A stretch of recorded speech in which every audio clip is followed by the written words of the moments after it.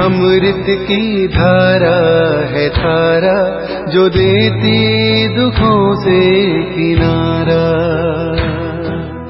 मुरली अमृत की धारा है धारा जो देती दुखों से किनारा। भूले जीवन में हो जाए शिव बाबा मुरली में समझाए। भूले जीवन में हो जाए शिव बाबा मुरली में समझाए। ओम शांति। आज की तारीख है 4/8/2022 की साकार मुरली। बाबा के महावाक्य। मीठे बच्चे, तुम्हें बाप समान रूप बसंत बनना है। ज्ञान योग को धारण कर फिर आसामी देख कर दान करना है। प्रश्न, कौन सी रस्म द्वापर से चली आती है लेकिन संगम पर बाप उस रस्म को बंद करवा देते हैं? उत्तर, द्वापर से पाँव पड़ने की रस्म चली आती है। बाबा कहते, यहाँ तुम्हें किसी को भी पाँव पड़ने की दरकार नहीं। मैं तो अभोक्ता, अकर्ता, असोचता हूँ। तुम बच्चे तो बाप से भी बड़े हो, क्योंकि बच्चा बाप की पूरी जायदाद का मालिक होता है। तो मालिकों को मैं बाप नमस्कार करता हूँ। तुम्हें पाँव पड़ने की जरूरत नहीं। हाँ, छोटे बड़ों का रिगार्ड तो रखना ही पड़ता है। गीत जो पिया के साथ है।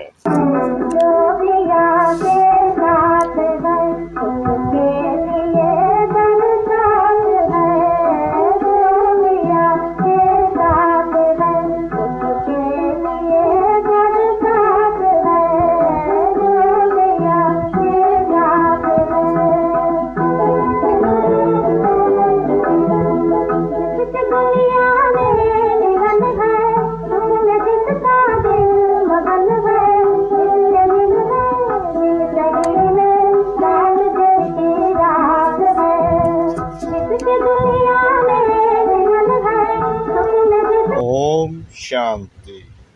बरसात तो हर वर्ष पड़ती है, वह है पानी की बरसात। यह है ज्ञान की बरसात जो कल्प कल्प होती है। यह है पतित दुनिया नरक। इसे विषय सागर भी कहा जाता है। जिस विष अर्थात काम अग्नि से भारत काला हो गया है। बाप कहते हैं, मैं ज्ञान सागर ज्ञान वर्षा से गोरा बनाता हूँ। इस रावण राज्य में सब काले हो गए हैं, सबको फिर पवित्र बना देता हूँ। मूल वतन में कोई पतित आत्मा नहीं रहती है, सतयुग में भी कोई पतित नहीं रहते हैं। अभी यह है पतित दुनिया, तो सबके ऊपर ज्ञान वर्षा चाहिए। ज्ञान वर्षा से ही फिर सारी दुनिया पवित्र बन जाती है। दुनिया यह नहीं जानती कि हम कोई काले पतित हो गए हैं। सतयुग में कोई पतित होता नहीं, सारी दुनिया ही पवित्र है। वहाँ पतित का नाम निशान नहीं रहता। इसलिए विष्णु को क्षीर सागर में दिखाते हैं। उसका अर्थ भी मनुष्य नहीं जानते। तुम समझते हो विष्णु के दो रूप यह लक्ष्मी नारायण ही है। कहते हैं वहाँ घी की नदियाँ बहती हैं, तो जरूर क्षीर सागर चाहिए। मनुष्य तो विष्णु भगवान कह देते हैं, तुम विष्णु को भगवान नहीं कह सकते। विष्णु देवताय नमः, ब्रह्मा देवताय नमः कहते हैं। विष्णु को भगवान नमः नहीं कहेंगे। शिव परमात्माए नमः शोभता है। अभी तुमको रोशनी मिली है। ऊंचते ऊंच श्री श्री 108 रुद्रमाला कहा जाता है। ऊपर में हूँ फूल, फिर मेरू दाना युगल कहा जाता है। लक्ष्मी नारायण को, ब्रह्मा सरस्वती को युगल नहीं कहा जाता। यह माला शुद्ध है ना। मेरू फिर लक्ष्मी नारायण को कहा जाता है। प्रवर्ती मार्ग है ना। विष्णु अर्थात लक्ष्मी नारायण की डिनास्टी सिर्फ लक्ष्मी नारायण कहते हैं, परंतु उन्हों की संतान भी तो होंगे ना, यह किसको पता नहीं है। अभी तुम बच्चे विषय सागर से निकले हो। उनको काली देवी कहा जाता है। सतयुग में तो कुछ होता नहीं। नाग पर डांस की, यह किया, यह सब दंत कथाएं हैं। ब्लाइंड फैथ से गुड़ियों की पूजा करते रहते हैं। बहुत देवियों की मूर्तियां बनाते हैं। लाखों करोड़ों रुपया खर्चा करके देवियों को श्रृंगारते हैं। कोई तो सच्चे सोने के जेवर आदि भी पहनाते हैं, क्योंकि ब्राह्मणों को दान करना होता है। ब्राह्मण जो पूजा कराते हैं बहुत खर्चा कराते हैं। धूमधाम से देवियों की झांकी निकालते हैं। देवियों को क्रिएटर कर, पालना कर, फिर उनका श्रृंगार कर डुबो देते हैं। इसको कहा जाता है गुड्डियों की पूजा। भाषण में तुम समझा सकते हो कैसे ये अंधश्रद्धा की पूजा है। गणेश भी बहुत अच्छा करके बनाते हैं। अब सूंड वाले तो कोई मनुष्य होते नहीं हैं। कितने चित्र बनाते हैं, पैसा खर्च करते हैं। बाप बच्चों को समझाते हैं, तुमको हम कितना साहूकार, एकदम विश्व का मालिक बनाते हैं। यह आत्माओं को परमात्मा बैठ समझाते हैं। यह भी जानते हैं जिन्होंने कल पहले पढ़ा है और श्रीमत पर चले हैं वहीं चलेंगे। नहीं पढ़ेंगे, घूमेंगे फिरेंगे तो होंगे खराब, ऊंच पद पा नहीं सकेंगे। अभी तुम बच्चों को अविनाशी ज्ञान रत्नों से कितना साहूकार बना रहे हैं। वे लोग तो शिव और शंकर का अर्थ नहीं जानते। शंकर के आगे जाकर कहते हैं झोली भर दे, परंतु शंकर तो झोली भरते नहीं हैं। अभी बच्चों को बाप अविनाशी ज्ञान रतन देते हैं, वह धारण करने हैं। एक एक रतन लाखों रुपयों का है, तो अच्छी रीति धारण कर और धारण कराना है। दान करना पड़े, बाबा ने समझाया है। दान भी आसामी देख कर करो।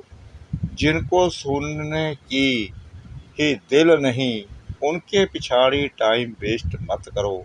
शिव के पुजारी हो व देवताओं के पुजारी हो, ऐसे ऐसे को कोशिश करके दान देना है, तो तुम्हारा टाइम वेस्ट ना जाए। तुम हर एक को रूप बसंत भी बनना है ना। जैसे बाबा रूप बसंत है ना, उनका रूप ज्योति लिंगम नहीं, सटार मिसल है। परम पिता परम आत्मा परम धाम में रहने वाला है। परम धाम परे से परे है ना। आत्माओं को तो परमात्मा नहीं कहेंगे, वह परम आत्मा है। यहाँ जो दुखी आत्माएं हैं वह परम पिता को बुलाती हैं, उनको सुप्रीम आत्मा कहेंगे। वह बिंदी मिसल है, ऐसा नहीं कि उनका कोई नाम रूप है ही नहीं। ज्ञान सागर है, पतित पावन है, दुनिया तो नहीं जानती है। पूछो परम पिता परमात्मा कहाँ हैं, कहेंगे सर्वव्यापी है। अरे तुम उन्हें पतित पावन कहते हो तो पावन कैसे बनाएंगे, कुछ भी समझते नहीं है। इसको अंधेर नगरी कहा जाता है। तुमको तो बाबा ने हर बात से छुड़ा दिया है। बाबा अभोक्ता, अकर्ता और असोचता है, कभी भी पाप गिरने नहीं देते हैं। परंतु द्वापर से यह रस्म चली आई है, छोटे बड़े का रिगार्ड रखते हैं। वास्तव में बच्चा वारिस बनता है बाप की प्रॉपर्टी का। बाप कहते हैं यह मालिक है हमारी जायदाद के, मालिक को नमस्ते करते हैं। भल मालिक बाप है, परंतु सच्चा मालिक तो बच्चा बन गया सारी प्रॉपर्टी का।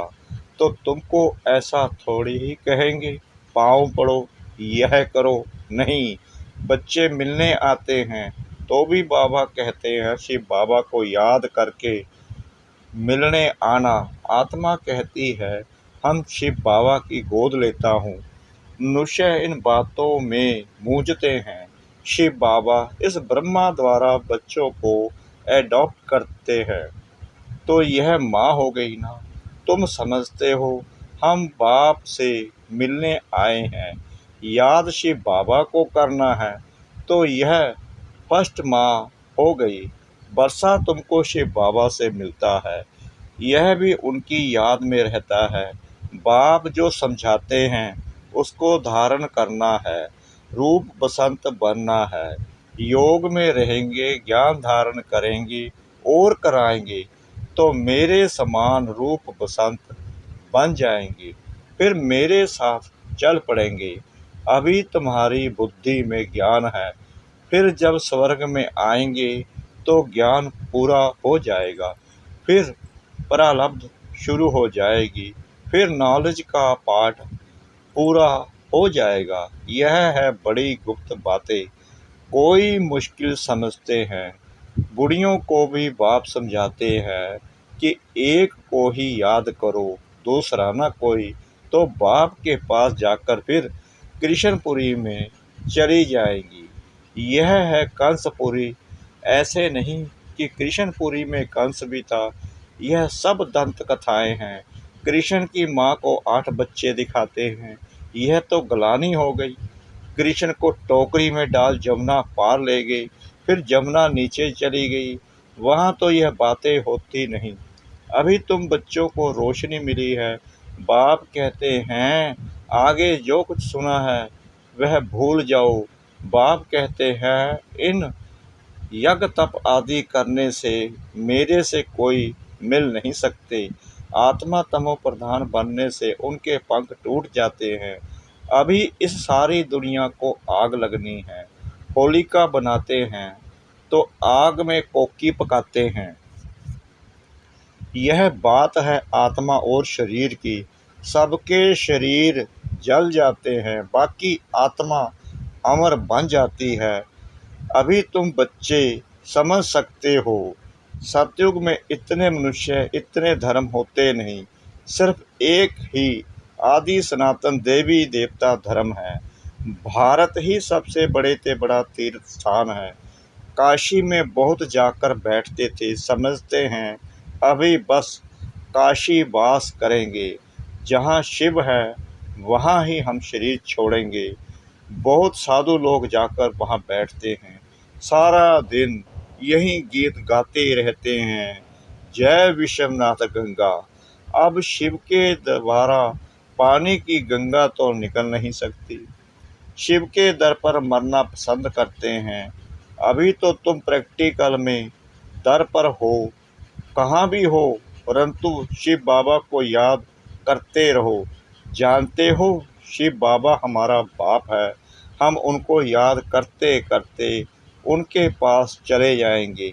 तो शिव बाबा पर इतना लब होना चाहिए ना। उनको कोई अपना बाप नहीं, टीचर नहीं, और सबको है ही। ब्रह्मा विष्णु शंकर का भी रचयिता वह बाप ही है ना। रचना से रचना को बल फिर कोई भी हो, वर्षा मिल नहीं सकता। वर्षा हमेशा बच्चों को बाप से मिलता है। तुम बच्चे जानते हो हम ज्ञान सागर बाप के पास आए हैं। बाप अभी ज्ञान की वर्षा बरसाते हैं, तुम अभी पावन बन रहे हो। बाकी तो सब अपना अपना हिसाब चुकतू कर अपने अपने धाम में चले जाएंगे। मूल वतन में आत्माओं का झाड़ है, यहाँ भी साकारी झाड़ है। वहाँ है रुद्रमाला, यहाँ है विष्णु की माला। फिर छोटी छोटी बिरादरियाँ निकलती आती हैं। बिरादरियाँ निकलते निकलते झाड़ बड़ा हो जाता है। अभी फिर सबको वापिस घर जाना है, फिर देवी देवता धर्म को राज्य करना है।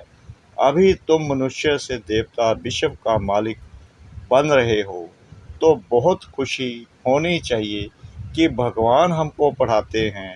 राजयोग और ज्ञान से राजाओं का राजा बनाते हैं, नर से नारायण, नारी से लक्ष्मी बनाते हैं। सूर्यवंशी फिर चंद्रवंशी में भी आएंगे। बाबा रोज समझाते हैं, रोशनी देते रहते हैं। तुम बादल सागर के पास आते हो भरने लिए, भरकर फिर जाकर बरसना भी है। भरेंगे नहीं तो रजाई पद नहीं पाएंगे, प्रजा में चले जाएंगे। कोशिश कर जितना हो सके बाप को याद करना है। यहाँ तो कोई किसको याद करते रहते हैं। अच्छा नाम है, बाप आकर कहते हैं वंदे मातरम, दिखाते भी हैं। द्रौपदी के चरण दबाए बाबा के पास बुढ़ियाँ आती हैं तो बाबा उन्हों को कहते हैं बच्ची थक गई हो, अब बाकी थोड़े रोज हैं। तुम घर बैठे शिव बाबा को और बरसे को याद करो।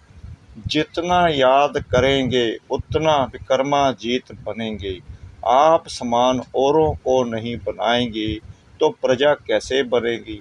बहुत मेहनत करनी है, धारण कर फिर औरों को भी आप समान बनाना है। अच्छा, मीठे मीठे सिकला दे बच्चों प्रति माता पिता बाप दादा का याद प्यार और गुड मॉर्निंग। रूहानी बाप की रूहानी बच्चों को नमस्ते। हम रूहानी बच्चों की रूहानी बाप दादा को श्रद्धा भरी प्रेम भरी नमस्ते। शुक्रिया बाबा, शुक्रिया बाबा, शुक्रिया बाबा, इस मीठी मीठी मीठी मुरली के लिए। धारणा के लिए मुख्य सार। नंबर 1, हर बात में अपना समय सफल करना है। दान भी आसामी यानी पात्र देखकर करना है। जो सुनना नहीं चाहते हैं उनके पीछे टाइम वेस्ट नहीं करना है। बाप के और देवताओं के भक्तों को ज्ञान देना है। नंबर 2, अविनाशी ज्ञान रत्नों को धारण कर साहूकार बनना है। पढ़ाई जरूर पढ़नी है। एक एक रत्न लाखों रुपयों का है, इसलिए इसे धारण करना और कराना है।